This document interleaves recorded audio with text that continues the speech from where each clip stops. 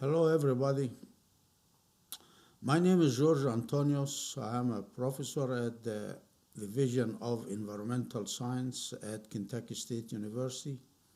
Mr. Eric Turley and Rance Paxton are collaborators in my research project. So what I'm going to do today, I'm going to give you an overview of the water quality and environmental toxicology program at Kentucky State University. First, we have three main activities in my division: teaching activities, research activities, and extension activities. The teaching activity is actually teaching agricultural classes like agroecology, bioremediation, energy and environment, and teaching also special topics in research, which is actually based on the student project, that the student come up with a project, and then I work side by side, and we work side by side with the student to complete his research project. We have also research activities, and it's based on using organic amendments, and organic amendments like sewage sludge, the waste materials from chicken manure, horse manure, and so on. So we use these as organic amendments to replace fertilizers, inorganic fertilizers that cause a lot of problems, so we replace them with using organic amendments. We also use organic amendments to trap pesticides in the environment by adsorption. We also developed what is called the biofilters for remediation of pesticides. So biofilters, we install them down the land slope in the field. So once growers spray the pesticides, the runoff water may take these pesticides into our natural water resources. So we are building these biofilters to actually trap the pesticides and prevent these pesticides from getting into our rivers and streams. We also developed natural pesticides or organic pesticides from hot pepper and organic pesticides from wild tomato leaves. Tomato leaves of the fruits that are not edible can be grown, and we can extract pesticides from these wild tomato leaves and use it in preparing a formulation for pest control. Our extension activities is based on helping limited resource farmers to replace the inorganic fertilizers with organic fertilizers. Most of our work actually is in the field, so we work side by side with the undergraduate student to teach the students how to conduct an experiment and how to handle the glassware and the equipment that we use. You can see here we are teaching also classes to graduate students, and it is based on analytical chemistry, and that is actually advanced classes. You can see also here that we have unmatched number of student participation in research. What you see here are many of our undergraduate students, some of them working in the field and in the lab, and we trained actually on using the equipments and so on. You can see also that most of our students also work with the wild tomato project and the hot pepper project in order to conduct their research and get experience for the job market.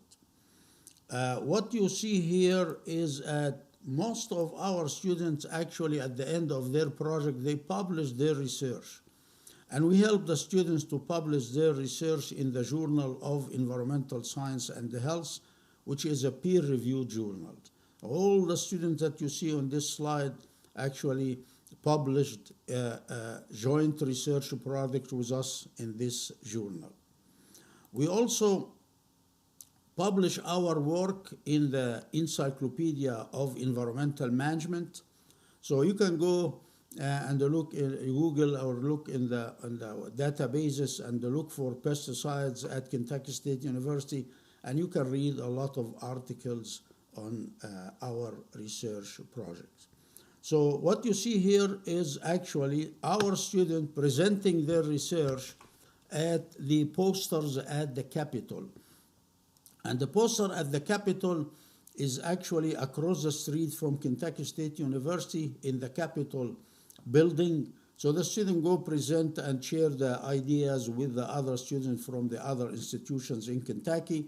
And they also can take pictures with the president and senators. So it's interesting type of activities.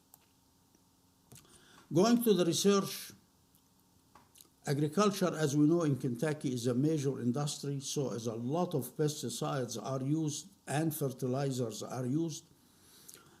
Because of the slope and the geographic conditions in Kentucky, you can see that most of these pesticides and fertilizers reach our Kentucky River and contaminate our drinking water resources. So we have to take the project, these ideas seriously to prevent the contamination of our drinking water. What you see here, if a pesticide is sprayed, actually only 1% reach the plant or the target, and over 99% leave the site of application into the rivers and the stream following natural rainfall and precipitation. So the degree of the groundwater pollution depends on how close is the watershed from the soil surface. You see here, this is the water table, and because of the slope, pesticides can reach groundwater and surface water. So our main focus is to design, experiment, and use chemical materials that are safe for preventing these pesticides from reaching our groundwater. This slide is show you that the farm workers are exposed to pesticides. This what you see here is a lettuce harvest. And as you can see, they are all exposed to the pesticide residues on the crop at harvest, if the residues still on the crop. So according to the United States Farm Workers of America, 300,000 farm workers in the U.S. suffer from pesticide-treated illness every year. And the World Health Organization, WHO, estimates that 25 million people suffer from pesticide poisoning and 20,000 die each year from improper use of pesticides. So that tells you how serious is the problem of dealing with pesticides. According to the US EPA, United States Environmental Protection Agency, over 441 million kilograms of conventional pesticides were used in the US, and of that total, 77% were used in agriculture applications and about 11% in home gardens. So about 1,200 water body impairments across the US are attributed to pesticides. Because most of agriculture activities are conducted in proximity to lakes, reservoirs, and streams. That's why they reach these places and contaminate our water. So based on that, a central hope in all these concerns is the safe use of agrochemicals like pesticides and fertilizers, and development of a new soil management practice, and the use of mitigation techniques. And that's what we are doing at Kentucky State University Division of Environmental Studies, working on environmental contamination and environmental science. So this is what is our main objective, is to treat the pesticides that reach runoff water and the sediment before they move from the site of application. So we designed a field experiment with many plots, and each plot is separated from the other with metal borders. And this area, we selected this area close to the Kentucky River, so any contamination or any thing is not right in this area due to leaching or runoff, will take the pesticides and fertilizer into the river, into the Kentucky River, and contaminate, as I mentioned, our water resources. So in these plots, what we do, we actually treat each plot with one of our soil amendments. And when I say soil amendment, I mean chicken manure, horse manure, or sewage sludge. And we want to see if that amendment, any of these amendments, bind the pesticides and prevent them from reaching or running off or outside the environmental experimental plots.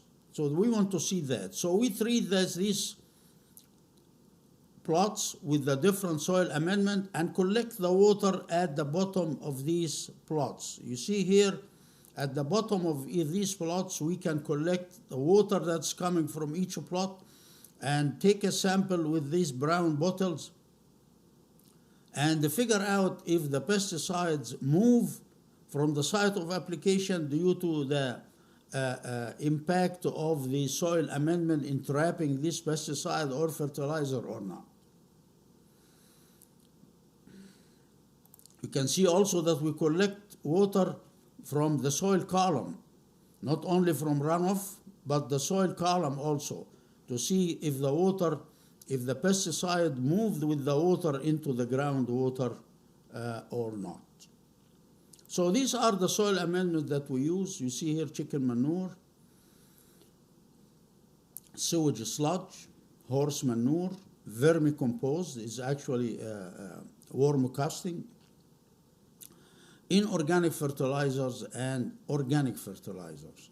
And we also use what is called the biochar to trap the pesticides and trap the fertilizers before they reach the groundwater. During the winter time, we do our experiment in the greenhouses because of the bad weather outside in the field. So basically, some people think that these waste materials are contaminated with bacteria that may be toxic to people who consume these vegetables and the fruits that are treated with the amendment. But in fact, something like the wastewater treatment plant, they actually heat these waste, the sewage sludge, for example, to 600 degrees centigrade. And this 600 degrees centigrade can kill any bacteria. So the product is safe for use under field condition. And we see here also that we are helping the limited resource farmer to replace their inorganic fertilizers with the organic fertilizers here so they can save money and also help in the waste disposal problem. We also use what is called the biobed system. And the biobed system is a hole at the end of the field plots.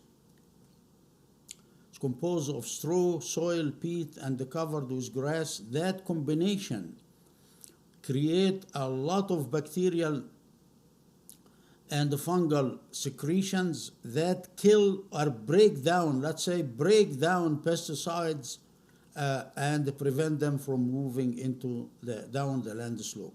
So our hypothesis is that biobed systems installed down the land slope at the edge of the agricultural field might decrease the mobility and the contamination of pesticides, preventing contamination of aquatic environment. And that was our hypothesis, but we proved that the hypothesis is accepted, and we proved that this is really happening. What you see here is digging a hole at the end of the plots or at the end of the field. So we inside that hole, we put what is called biobed system. And that system is simple because one of the most important factors is mitigation techniques must be simple, inexpensive, energy conserving, safe, and effective for pesticide decomposition and removal from the control plots. What you see here, I'm really sitting on one of the biobed systems. This is what is a biobed system looks like. So we succeeded to prevent the two herbicides from reaching the runoff water. One of them is triflan and the other dimethazone, and the trifluorine and the dimethazone are commonly used herbicides in Kentucky. So the results show you that the presence of organic matter in the waste material that we use bind with the pesticides and prevent these pesticides from reaching our natural resources. So the greater the organic matter content of the soil, the greater the concentration of dimethazone and trifluorine, these are two herbicides, from reaching the surface and groundwater. This is another slide show you that not only we prevent the pesticides from reaching the groundwater and runoff water, but also these soil amendments activate enzymes in the soil, and the activity of the three enzymes known as invertase, urease, phosphatase are usually increased when we add the soil amendment, and that increase allow them to break down the complex form of organic matter and the complex form of pesticides into simple form, so will be safe when they leach into the groundwater. And this slide here shows you that the binding is high in the red curve because of the presence of the sewage sludge compared to the others that do not have sewage sludge, other treatments or other plots that do not have sewage sludge. So we also, in this department, excuse me, use natural product for pest control. We actually synthesize, we make our own pesticides, organic pesticides that are safe. The cost for developing pesticides usually are millions of dollars per pesticide. But with using natural products, it will be a lot of saving for the growers in Kentucky and other states. So one of the projects that we use to prepare organic pesticides is the wild tomato leaves. Wild tomato leaves, the fruits of wild tomato leaves are not edible, but the leaves contain tips, as you can see here. And this is actually, these tips you cannot see it by your naked eye. You need electronic microscope to see them. And they are full of chemicals that can be used as pesticides. So we grow these wild tomato leaves in our greenhouses at Kentucky State University, and then extract these the compounds in these trichomes and use them as pesticide. There are a lot of chemicals. Some of them are called tridecanones, pentadecanones, hexadecanones, and so on. So I don't want to go in details, but these compounds are used actually for killing pests and repelling spider mite. That's what we use. So I can say that these compounds are safe because what is inside the wild tomato leaves, the chemicals inside the tomato leaves that we are using for pesticide control are the same chemicals that are present in the rhizomes of ginger that you buy from the grocery and add it to your food. So it's very safe to use these wild tomato leaves for pesticide control. So what you see here, our students extracting the chemicals that can be used for pest control from the wild tomato leaves by just soaking them in water and adding one detergent, any kind of detergent that we use even in our kitchen. So this is, and then we take that into, as you see here, into funnels or tanks, and then we use that for spraying the pesticide. One of the benefits of using natural products for pest control is that they also repel spider mite. Spider mite is one of the problems in Kentucky and other states attacking fruits and vegetables. So we proved that this our products can kill this spider mite. Not only can kill it, but also can repel it. So this is here the repellency test, and basically show you that using our compounds from wild tomato leaves prevent the spider mite from laying eggs on the plants, and this is also a great achievement.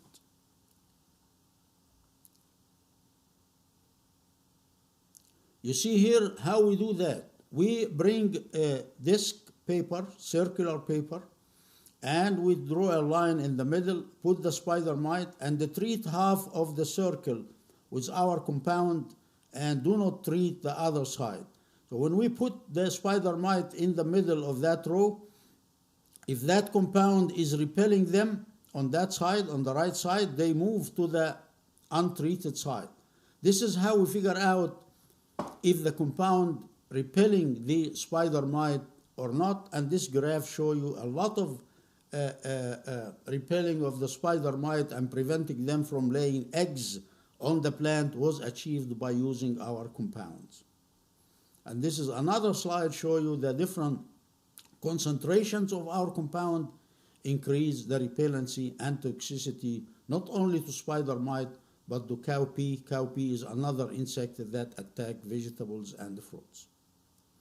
We also use not only spider mite and cowpeas, we use cabbage looper for testing the impact of our compound against insect.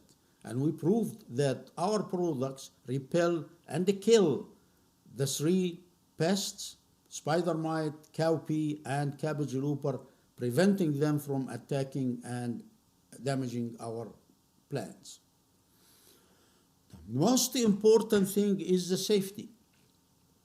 Are we using safe compounds? Yes. See here, after this is relationship between the compound concentration and the days after treatment the plant.